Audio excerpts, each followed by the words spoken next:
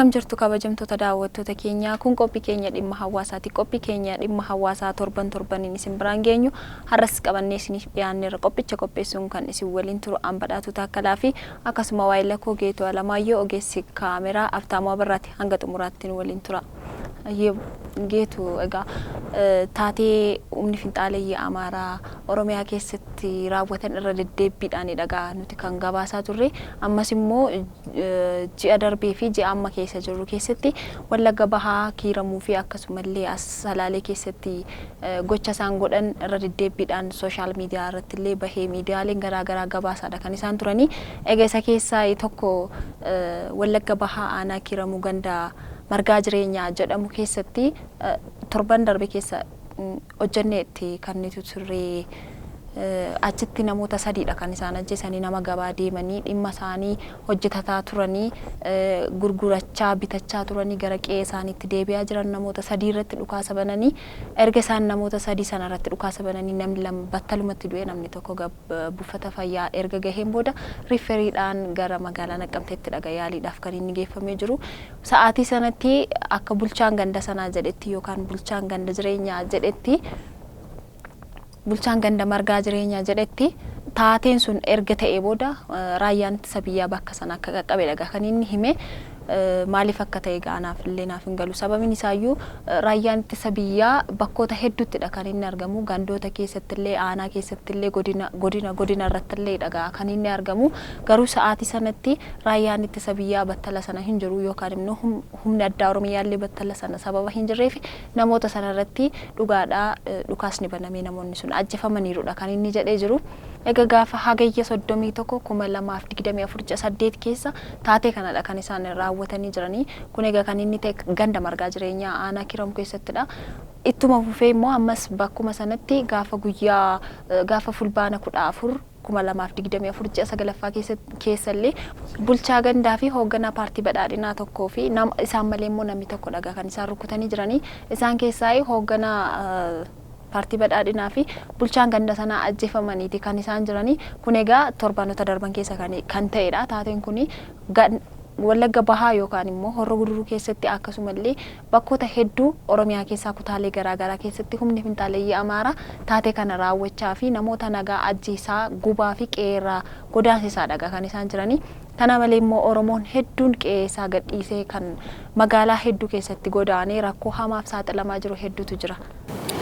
Akkuma jette finxaaleeyyiin Amaaraa kun nuti walii maseef iyyuu ciisaan jirtu. Namni akkamitti namni umrii waggaa 4-5 ijoollee waggaa 4-5 birrii 200 fidaa jedhee erga birrii harkaa fudhatee booda nama ajjeesee karaa irratti gatudha. Gara jabummaan jarri qaban baay'ee hamaadha. Keessattuu immoo akkuma jette naannoo Oromiyaa kana keessa kan jiru haga milishaatti kan jiru kan qubatee kan buufatee jiru. Utuu ijoollee keenya reebuu ta'e nama milishaa ijoollee Oromoo reebuu hin jiru.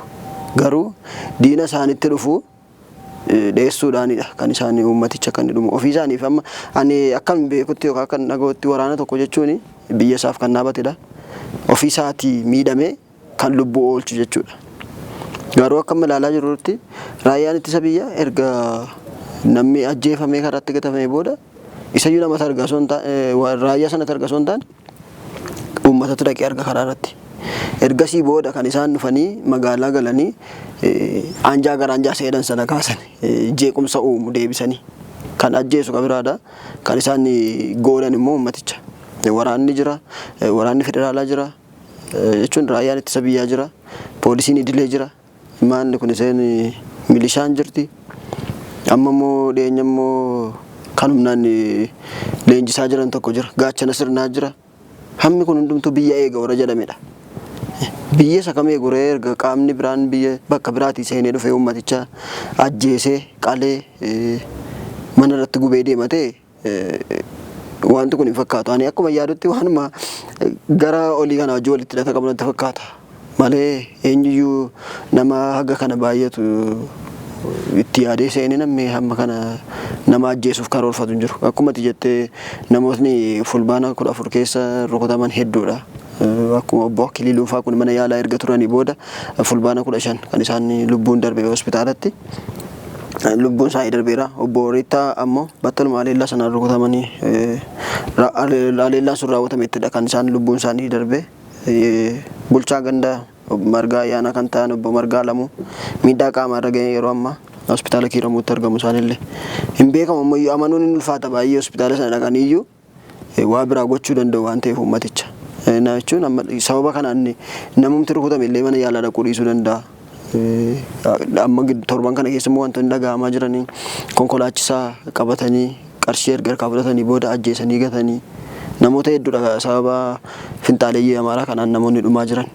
Kanaaf immoo maal gochuutu irra jiraata yookaan mootummaan erga hin danda'u ta'e qaama nan danda'a jedhutti laachuudha jara kana. Inni buqaama ofirraas deebisu amma qaamni nan danda'a jedhu kan bosona jiru kunis waraana bilisummaa Oromoo siyoonni dhufee isaanii ofirraa fichisuuf jedhe uummatarraa fichisuuf jedhe mootummaan ammoo isaanitti gatta'a. Kan dandeessuudhaan jennaanii gowwaan galeeniitiidhaan isa jedhan ta'e jechuudha dubbichi. Meet immoo waan jettu jedhiiti kan irratti. Egaa akkuma ati jettee kan uummataallee yeroo hedduullee addi istaandardiin gabaasaa tureera. BBC'n afaan Oromoollee gabaasaa tureera. VOA'n illee taatee humni finxaaleeyyii Amaaraa faannoo jedhaman kun raawwatan irra deddeebiidhaanidha kan inni gabaasaa ture. Egaa gama mootummaatiin garuu taateen kun ta'eera kan jedhu amma ammaatti badaa gabaafamaa hin turre. Hoogganaa paartii badhaadhinaa yeroo du'ee jiru ajjeefamanii jiranitti gama mootummaatiin hanga har'aatti wanti jedhame tokkollee hin jiru. Sababiin isaa gaanaafillee waan galu miti akkuma ati jettee wanta kana jettee dubbachuu hin dandeenyedha. Maaliif qaamni isaanii keessaallee humni finxaaleeyyii Amaaraa kun ajjeesedha kan inni jiru. Egaa uummati keenya walumaa galatti rakkoo hamaaf saaxilamedha kan inni jiru. Yoo xiqqaate waggaa 5 oliifidha Wallaggaa fi as gara Salaalee keessatti humni finxaaleeyyii Amaaraa kun uummata Oromoo dararaa fi ajjeesaa qeeraa buqqisaa kan inni jiru. Akkuma ati jettee egaa walii isaaniifillee hin ciisanii as Amaaraa keessattillee daa'ima xiqqoo qabanii erga birriirraa fudhanii qarshiirraa fudhatanii booda daa'ima sana ajjeesanidha kan isaan gatanii. Akkuma achitti raawwatan immoo as darraatti shufeera qabatanii erga birrii miiliyoona 1 gaafatanii booda erga birriin sun kennameefii booda immoo shufeera sana battalumattidha kan isaan ajjeesanii. Qarshii ergarraa fudhatanii yookaan lubbuu nama sanaaf hin dhiisne yookaan qarshii ijoolleen illee akkatti guddataniif hin dhiisne jechuudha. Sababiin isaayyuu egaa amma odeessa atillee social media kanarra yeroo deddeebi'u argiteetta jedhee mallee yaada addi istaandardillee baaseera. BBC'nis baasee gabaasaadha kan inni ture.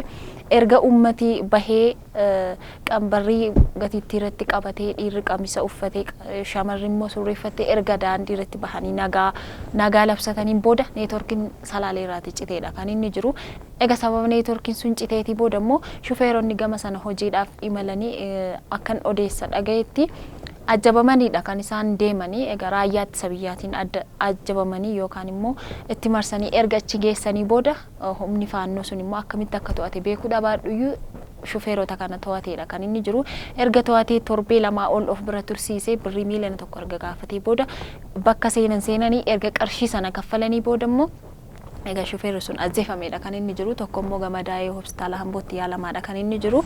Egaa taateen kun kan ta'e erga nagaan labsamee booda neetworkiin erga citeetiidha. Kana qofallee osoo hin taane miidiyaa hedduu irratti argaan ture gabaasaa turanii nama ajjeesanii erga ajjeesanii booda immoo abiddatti qabsiisanidha kan isaan gubanii. Kana malees immoo mana keessatti namarratti abidda qabsiisuudhaan mana gubuudhaan qabeenyaa barbadeessuudhaan qabeenyaa nama saamuudhaanidha kan isaan Salaalee keessatti gocha babbadaa hedduu raawwachaa jiranii. Kan ta'aa jiru aanaa darraa keessattidha. Darraa keessatti irra deddeebiidhaan yoo xiqqaate yeroo 4-5 ol hojjedheeranii dhimma hawaasaa kanarratti achitti wanti ta'aa jiru wanta namatti hin tollee fi wanta biyya lafaarratti ta'a jedhamee hin yaadamnetu naannoo sanatti ta'aa jira. Erga lubbuu kee baasanii erga qarshii kee sirkaa fudhatanii deebi'anii abiddaan si gubanii akka fuuteen owwaallanneefillee daaraa godhanidha kan isaan deebanii. Kun kan ta'aa jiru Oromiyaa keessattidha jechuudha. Oromiyaa goleeree adda addaa keessattidha.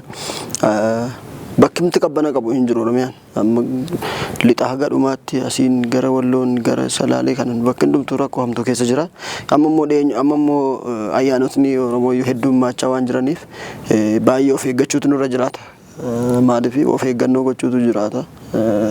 Akkuma kana fakkaatanii seenanii ijoollee miidhuu danda'u. Kanaaf waa'ee ofii yoo yaaduudha amma waa'ee biyya ofii waa'ee lubbuun turuu yaaduudha malee Oromiyaa keessatti lubbuun turuun baay'ee ulfaachaa jira. Nama har'a argitu borin argitu yookaan qabamee qarshii gaafatama yookaan immoo du'aadha jedhamu. yeroo baay'ee waan akkasii kun hin mudata Oromiyaa keessatti. Kanaaf immoo maal gochuu qabnaadha ammoo wanti gara falaatti yoo deemne maal ta'uu akka qabudha wal harkaa fuunee deddeebisna waan kana. Egaa ani gama kooti wanti kun kan ta'uu qabu Oromoon ofirraa faccifachuudha qabaadha kan inni jedhu sababiin isaayyuu yoo ofii keenya ofirraati yoo qe'ee kee eeggatte malee ormi dhufee qe'ee keessiif hin eegu garummoo akka durii kana social media irratti illee wanti bahanii beekaman hedduun hin jirani sababiin isaayyuu bakkoota hedduutiin neetworkiin hin jirani sababni isaa sababa nageenyaa wajjin wal qabateetudha kana malee uummata keenya waa hedduutu fixaa jira beelli fixaa jira dhukkubii busaa kun fixaa jira kana malee lolli waa hedduutu uummata kana dararaa jira yeroo kanatti immoo kan beelli si fixu irratti kan dhukkubni si fixu irratti yeroo abbaan barbaade qe'ee kee irratti dhufee si ajjeesu baay'ee musi dhukkubsa kanaafiyyuu an poolisii Oromiyaa kan milishaa gaachana sirnaa warri jedhaman kuni yeroo isaanitti ta'an ton taane yeroo isaanitti kan durii caalaa daangaa isaanii eeggatanii uummata Oromoo irraa faccisanidha maaliif ofii isaanii du'aa jiru waan ta'eef bulchaan gandaa ajjeefame jechuun dura taa'an paartii badhaadhinaa ajjeefame jechuun boor eenyu akka du'uuf jiru isaaniif iyyuu yoo dhiisnes gaariidha natti fakkaata. Wanti jedhamu fakkeenya amma iddoo tokko tokkotti gaachana sirnaa taate malee waan barbaadduun argattu waa gaafattee dirqama gaachana sirnaa leenji'uu qabda milishaa ta'uu qabda milishaas ta'e gaachana sirnaas ta'e kanati poolisii edilees ta'e kanati jalqaba dhattee waadaa galtuufi diina uummaticharra dhufee qolachuudha uummata keef jechuudha lakki kana hin dandeenyu yoo jedhan immoo nama nan danda'a jedhutti dabarsanii kennuudha. Keessattuu warra milishaa fi andaamsa naamu uummata kan saafaan tokko haasa'u dhiiturra diina isatti seene kana hordofuuturra jiraata isa ofirraa qabuudha. Walumaa gala biyyi kun durumarraa kaastee bara Maammoo Mazammarfaa kanarraa kaastee dhiigaan kan laaqamtedha.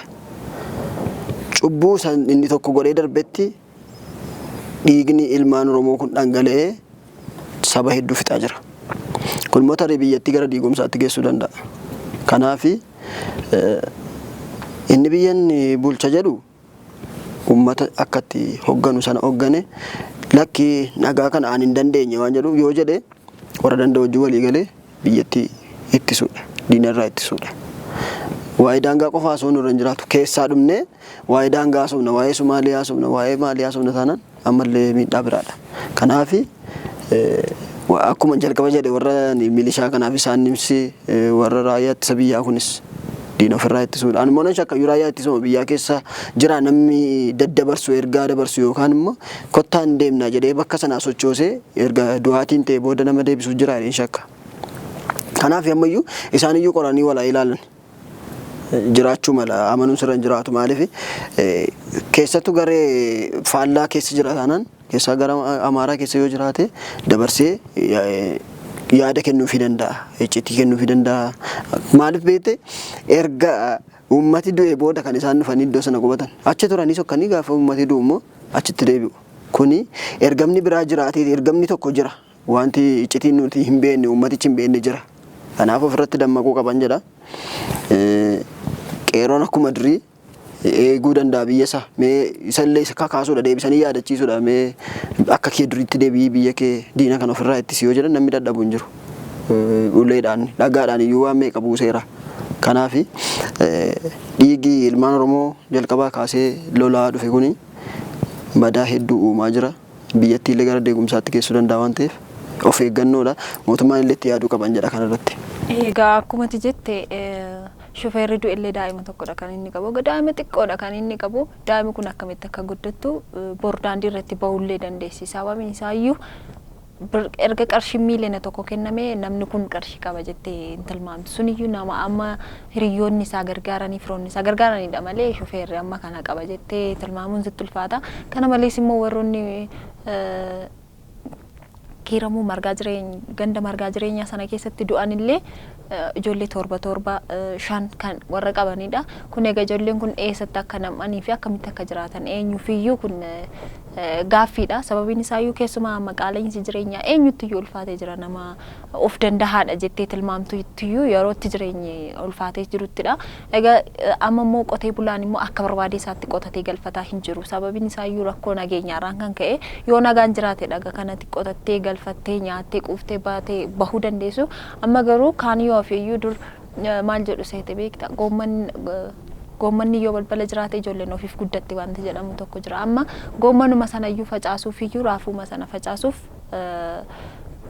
nagaatu barbaachisa. Nagaan hin jiru taanaan qotattee waama tokko qe'ee keerra facaafachuun baay'ee ulfaata. Egaa nagaan hunda dursa ta'eef nagaan biyya keenyaaf jecha akkuma ati jette egaa Oromoon ayyaana guddicha irreechadha kan fuuldura keenya jiru ayyaana Oromoo guddaa irreechatu jira. Yeroo sanatti egaa maal takka ta'uuf jiru eenyufiyyuu gaaffiidha jedhee yaada. Maaliif kutaalee Oromiyaa hedduu keessatti humnoonni Fixaaleyyii Amaaraa kun gocha badii akkasii raawwachaadha kan isaan jiranii. Hedduun isaanii immoo afaan Oromoo danda'u. Sababiin isaayyuu dhufanii Oromiyaa keessatti warroota bifa guddifachaatiin guddifatamanii booda erga Oromoon qe'ee isaatti guddisee booda warra yakka badaa kana raawwatanidha. Ammas Oromoo fakkaatanii gaafa guyyaa ayyaana irreecha sana gocha hedduu raawwachuu waan danda'aniif Oromoon amma danda'e ofaa tiksuudha kanaan irra jedhu. Maaliif uffata aadaa uffatanii afaan Oromoo haasaa dhufanii eenyuun isaanii waan barbaadan hojjetanii bahuu danda'u. Yeroo sana immoo Oromoon kutaa hedduu keessaa sabab sablammii hedduun biyya keessaa biyya alaa dhufanii waan isaan ayyaana irreechaa hirmaataniif yeroo sanatti kan dura caalaa eegumsi baay'ee barbaachisa jedheedha kanaan ani yaadu. Waan dubbatiin darbu amma keessuma kiiramu Wallagga Bahaa kana keessatti hagayya garadhuma amma Fulbaana keessa jira jalqabne hagayya garadhumaatti namni 3 kan ajjeefaman namni tokko immoo madaa'ee jira. Kaarratti mootummaan ammallee wanta jedheen qabu. Akka Oromiyaatti warra amma sagalee argatan kana qofa malee kan argame Oromiyaa goleelee hunda keessatti namni guyyaatti numa du'a. Nun odeeffannaa hin arganna. Akka miidiyaatti bilbilaan isa ta'u wantoota tokko tokkoon namarraa hin odeeffannaa akka kanatu jira. Kanaaf waan tokko jechuutu irra jiraata ammallee mootummaan irra deebi'ee kana jedhuun namni callisee madu'ee nuyi Booris dhufnee gabaasna mootummaan gama kana waan jedhe hin qabnu jenna yeroo hunda kanumallee ilaalee yookaan immoo hin ilaalu jechuun hin ulfaata. Miidiyaa kamiyyuu hin caqasa qaamni mootummaas mootummaanis. Kanaaf falatti dha'uu qaban jedhan. Egaa geetu dhumarratti waan jettu yoo qabaatte gara dhumarratti carraa tokko si kenne sana booda qophii keenya asumarratti goolabna. Akkuma waan hunduma isaa yoo asumne irra goolamnee jirra. Akkuma jedhee bakkoota intarneetiin jiranitti waan baay'ee argineerra. Suuraanis haa ta'u bilbilaanis arganneerra. Ammayyuu goleelee Oromiyaa bakka ibsaan hin jirre neetworkiin hin jirre keessatti namni guyyuu du'aa jira. Sababni isaa immoo sababa Oromoo ta'eefidha. Sababni isaa immoo sababa nan baradha jedhee mana ba'eef kan du'aa jiru. Yuunivarsiitii dhaqee utuu galaa jiru nama meeqatu ajjeefama karaa irratti. Kanaaf ammas dhaabannee walaa ilaallu ofa ilaallu akkuma sila jedhee qaama sana keessa qaamni dabarsee qaama sana kennu jiraachuu danda'a. Kanaaf ammallee dabarsanii wallaachuun kanuma keenya keessaa yeroo itti mul'atu jira. Maaliif hoogganaa qaama mootummaa taate yeroo itti dabarsitee nama biraa laattu jira. Qarshiidhaaf bitamuu irraatii of qusachuu qabnan jedhan. Qarshiin booda dhufuu danda'a yoo biyyi nagaa taate biyyattiin yoo gara nagaatti deemte badhaadhina jedhanii badhaadhina erga jedhanii biyya kana badhaadhessuuf namni dhumuu qaba. Dirqama namni dhumuu qabu bara. Badhaadhina fuulduratti deemsisna jennaan nagaa wajjin deemuu qaba. Tasgabbiin jiraachuu qaba, ibsaan jiraachuu qaba. Namni ba'ee galuu qaba nagaadhaan. Kanaaf nuti warra badhaadhinaatu irra jedhanii biyya kana gara badhaadhinaatti geessuuf ofii isaaniitii nagaa kallattii ittiin fidan dura yaaduutu irra jiraata. Maqaan badhaadhina jallisamee moggaa'uun irra hin turre. Nagaa erga uumanii booda badhaadhina jechuutu irra ture hin jedhan. Goolabeen jira kanumadha.